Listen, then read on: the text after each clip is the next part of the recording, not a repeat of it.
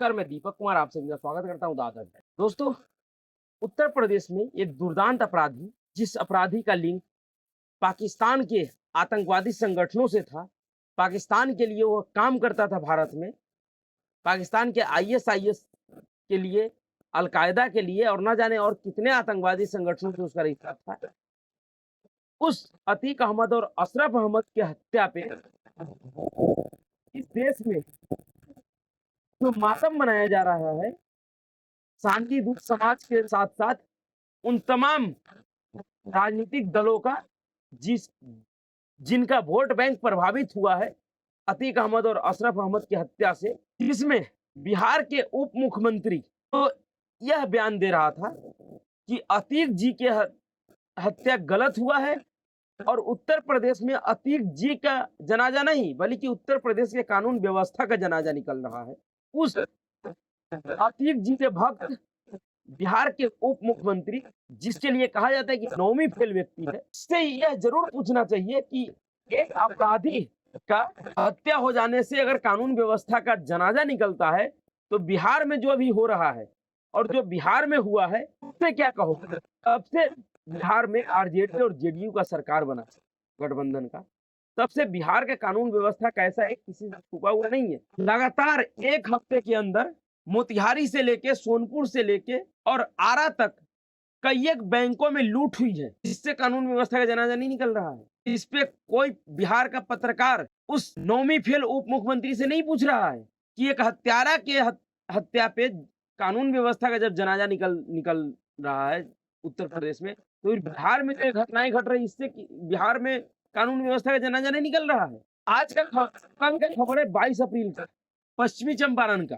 30 डकैतों ने 20 bomb blast किए और बम ब्लास्ट करके कोऑपरेटिव बैंक के उपाध्यक्ष के घर पे हमला हुआ, जिसमें 20 लाख रुपए लूट लिए गए और बिहार पुलिस मुखदर्शक बनी रही। जिस जगह पे घटना हुआ उससे 100 मीटर के दायरे में बिहार पुलिस थी, लेकिन बिहार पुलिस वहां नहीं गई। 20 बम ब्लास्ट, कल्पना कीजिए आप, क्या यह बिहार में कानून व्यवस्था का जनाजा नहीं निकल रहा है? कब बोलेंगे बिहार के उप मुख्यमंत्री? बिहार में अपराधियों के अंदर पुलिस प्रशासन का खौफ कम होता नजर आ रहा है। राज्य के अंदर शायद ही कोई ऐसा दिन है जिस दिन कहीं न कहीं से कोई हत्या, लूट, छिनतई या बलात्कार के खबरें नहीं आता है। ताजा मामला पश्चिम चंपारण से निकलकर सामने आ रहा है, जहां करीब 30 की संख्या में आए डकैतों ने बमबाजी करके दहशत मचा दिया। विरोध करने पर गिरीश स्वामी और उनके बेटे को चाकू से हमला कर घायल किया और घटना के वक्त पुलिस करीब 100 मीटर की दूरी पर स्थित मेन रोड पर थी, लेकिन इस बमबाजी के खौफ से पुलिस भी दुबक गई। मिली जानकारी के अनुसार मोतिहारी सेंट्रल कोऑपरेटिव बैंक के उपाध्यक्ष अरुण सिंह के श्रीपुर खास ग्राम स्थिति आवास पर डकैतों ने शुक्रवार को धावा बोलकर लगभग 25 लाख रुपए मूल्य की संपत्ति लूट ली। अपराधियों ने उपाध्यक्ष अरुण सिंह के अतिरिक्त उनके पुत्र व जन अधिकार पार्टी के प्रदेश प्रवक्ता अभिजीत सिंह को भी मार पीट कर चाकू से जख्मी कर दिया। अपराधियों की संख्या 2.5 दर्जन से अधिक बताई जा रही थी, जो मुख्य द्वार का ताला तोड़कर प्रवेश करने के बाद घर में घुसे। बताया जा रहा है कि अपराधी गैस कटर लेकर आए थे। पहले भवन के मुख्य गेट का हैंडल भी गैस कटर से काटा, फिर घर के अंदर सभी सदस्यों को कब्जों में लेकर लूटपाट मचाई। उनके घर में रखे 2 तिजोरियों को भी गैस कटर से काटकर आभूषण एवं नगद लूट लिए। इस क्रम में 20 से अधिक बम भी फोड़े गए। करीब 1 घंटे तक लूटपाट का सिलसिला जारी रहा। पुलिस के पहुंचने पर ग्रामीणों ने आक्रोश व्यक्त किया। इधर घटना को लेकर ग्रामीण बताते हैं कि डकैती के वक्त पुलिस की गश्ती गाड़ी अरुण सिंह के आवास से महज 100 मीटर दूर मेन रोड पर ही खड़ी रही, लेकिन उन्होंने कोई कार्रवाई नहीं की, जबकि अपराधी करीब 1 घंटे तक लूट मचाते रहे। ग्रामीण बताते हैं कि गैस कटर का गैस खत्म हो जाने के बाद अपराधियों ने फोन कर इत्मीनान से गैस मंगवाया था, चोरी को काटा। ग्रामीण के आक्रोश का एक कारण यह भी है कि अपराधियों के आने की पूर्व सूचना के बावजूद पुलिस के द्वारा कोई कार्रवाई नहीं की गई। एक माफिया के हत्या पे इस देश में ऐसे लग रहा है जैसे उत्तर प्रदेश से खराब कानून व्यवस्था कहीं भी नहीं है। ऐसा माहौल बना दिया है कुछ राजनीतिक दलों ने, कुछ अनपढ़ गंवार नेताओं ने, जो यह साबित करने का कोशिश कर रहा है कि आज से पहले इस देश में कभी भी पुलिस कस्टडी में किसी हत्यारे का या किसी आरोपी का हत्या नहीं हुआ है। और खास करके बिहार का उप मुख्यमंत्री इस तरह का बात करे, उसको शर्म आनी चाहिए कि अभी उसके बिहार में क्या हो रहा है। और बिहार के कुछ ऐसे घटनाओं को भी हम देखते हैं जिससे और स्पष्ट हो जाएगी कि किस तरह से बिहार में, उत्तर प्रदेश में तो उस समय हत्या हुआ जब उसे अस्पताल लेके जा रहा था सुरक्षाकर्मी, लेकिन बिहार में तो बड़े बड़े माफियाओं का हत्या कोर्ट परिसर के अंदर हुआ है। पर उस समय किसी ने भी ये नहीं कहा कि बिहार में कानून व्यवस्था का जनाजा निकल रहा है। और एक हत्यारा, एक अपराधी, एक आतंकवादी के लिए किस तरह का प्यार इन नेताओं के दिलों और दिमाग में बैठा हुआ है, जिसपे वो कई दिनों से आज ये मातम मना रहे हैं, इनका मातम नहीं खत्म हो रहा है। जी हाँ, ये घटना तो आज का ताजा घटना बताया। इसी तरह का घटना, कुछ घटनाओं को और देख लेते हैं। 28 मार्च का घटना है 2023 का। सहरसा कोर्ट परिसर में पेशी के लिए आए कैदी की गोली मारकर हत्या, देखती रह गई पुलिस। जी हाँ, मंगलवार को कैदी प्रभाकर पंडित की कोर्ट परिसर में पेशी थी। पुलिस उसे कोर्ट में पेश करने के बाद वापस हवालात की ओर ला रही थी। इसी दौरान बाइक सवार हथियारबंद 3 अपराधियों ने प्रभाकर पंडित के ऊपर एक के बाद एक 3 गोली फायर की। गोली काफी नजदीक से मारी गई थी, जिससे मौके पर ही उसकी मौत हो गई। गोली मारने के बाद सभी अपराधी मौके से फरार हो गए। पुलिस देखती रह गई।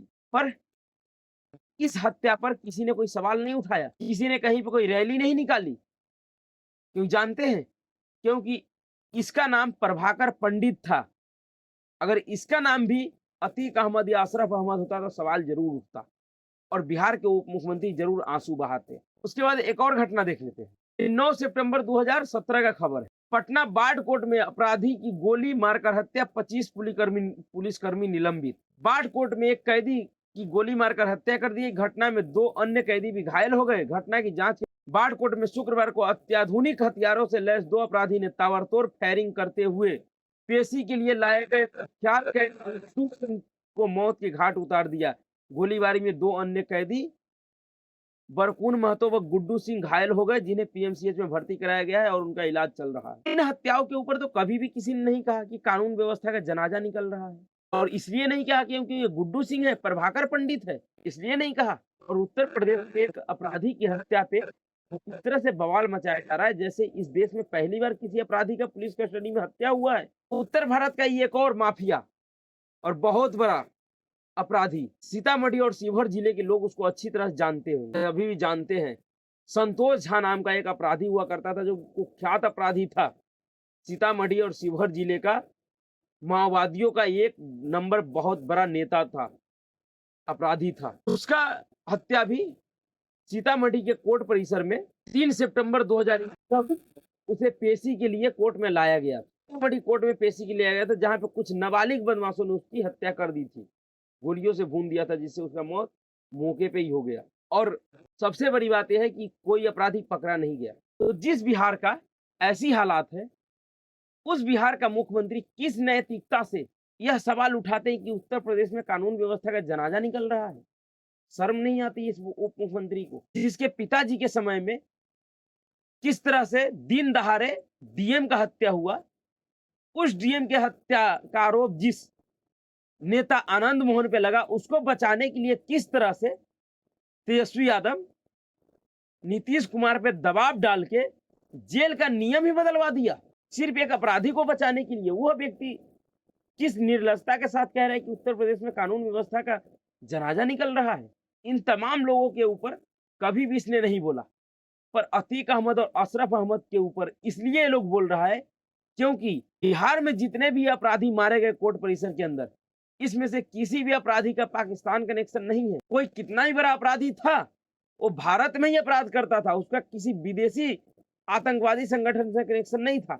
लेकिन ये अतीक अहमद और अशरफ अहमद के लिए इसलिए आंसू बहाया जा रहा है क्योंकि ये सब के सब पाकिस्तानी आतंकवादी संगठनों के लिए इस देश में काम करता था, जिससे इस देश के इन राजनीतिक दलों को भी फायदा होता है। इसलिए सब के सब आंसू बहा रहे हैं। इसलिए फर्क किया जा रहा है अतीक अहमद के बीच और संतोष झा के बीच। अभी उसी उत्तर प्रदेश में जिस अतीक अहमद का हत्या से पहले और जब उसके बेटे असद का एनकाउंटर हुआ था, उससे 2 दिन पहले आदित्य राणा का भी एनकाउंटर हुआ था। वो भी 2.5 लाख का इनामी बदमाश था, कुख्यात अपराधी था। किसी भी दलाल नेता ने आदित्य राणा के ऊपर सवाल नहीं उठाया कि आदित्य राणा का एनकाउंटर गलत हुआ है, फर्जी एनकाउंटर हुआ है, क्योंकि आदित्य राणा इनके राजनीतिक एजेंडे को सूट नहीं करता है। आदित्य राणा का कोई पाकिस्तानी कनेक्शन नहीं था, वो किसी पाकिस्तानी आईएसआई और अलकायदा के लिए काम नहीं करता था। पर अतीक अहमद के लिए इतना प्यार इसलिए है कि अतीक अहमद पाकिस्तानी आतंकवादी संगठनों के लिए भारत में बैठ के काम करता था, उनके साजिशों को अंजाम देता था और दिलवाता था, जिससे कहीं न कहीं इन तमाम रुदाली ब्रिगेड को, जो रुदाली गैंग है, जो अतीक अहमद और अशरफ अहमद के नाम पे आंसू बहा रहे हैं, जो नारे लगा रहे हैं अतीक अहमद अमर रहे, इन सबको कहीं न कहीं फायदा होता था, इन सबको कहीं न कहीं पैसे मिलते थे। राजनीतिक दल को चंदा के रूप में, फंड के रूप में मिलता था चुनाव लड़ने के लिए, और इन खैरातियों को जो नारे लगा रहे हैं, जो उनको भारत रत्न दिलवाने का नारे लगा रहे हैं, इन सबको कहीं न कहीं उससे फायदा होता था। इससे स्पष्ट होता है कि किस तरह से अतीक अहमद और अशरफ और संतोष झा के बीच में फर्क किया जाता है, प्रभाकर पंडित के बीच में फर्क किया जाता है, गुड्डू सिंह के बीच में फर्क किया जाता है,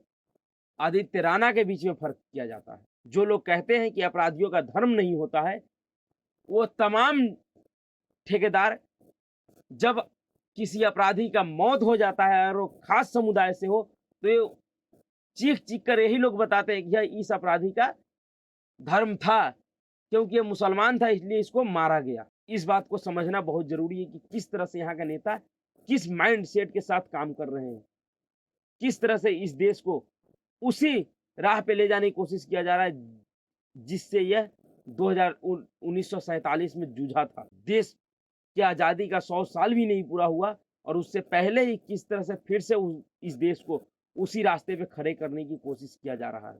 कि एक नेता खुलेआम कहता है कि मुस्लिम इलाकों से कोई हिंदू अपना रैली नहीं निकाल सकता, यानी कि देश सेकुलर है लेकिन यहाँ इलाके मुस्लिम हैं। तो इससे समझ स्पष्ट होता है कि यह एक खास समुदाय के लिए ये तमाम राजनीतिक दल आंसू क्यों बहाते हैं, और ये बहुत बड़ी साजिश है, खास करके भारत के सनातनी हिंदुओं के लिए, हिंदुओं के प्रति। तो अभी के लिए इतना ही। अगर आपको वीडियो अच्छा लगा तो वीडियो को लाइक कीजिए, शेयर कीजिए और चैनल को सब्सक्राइब कीजिए। नमस्कार।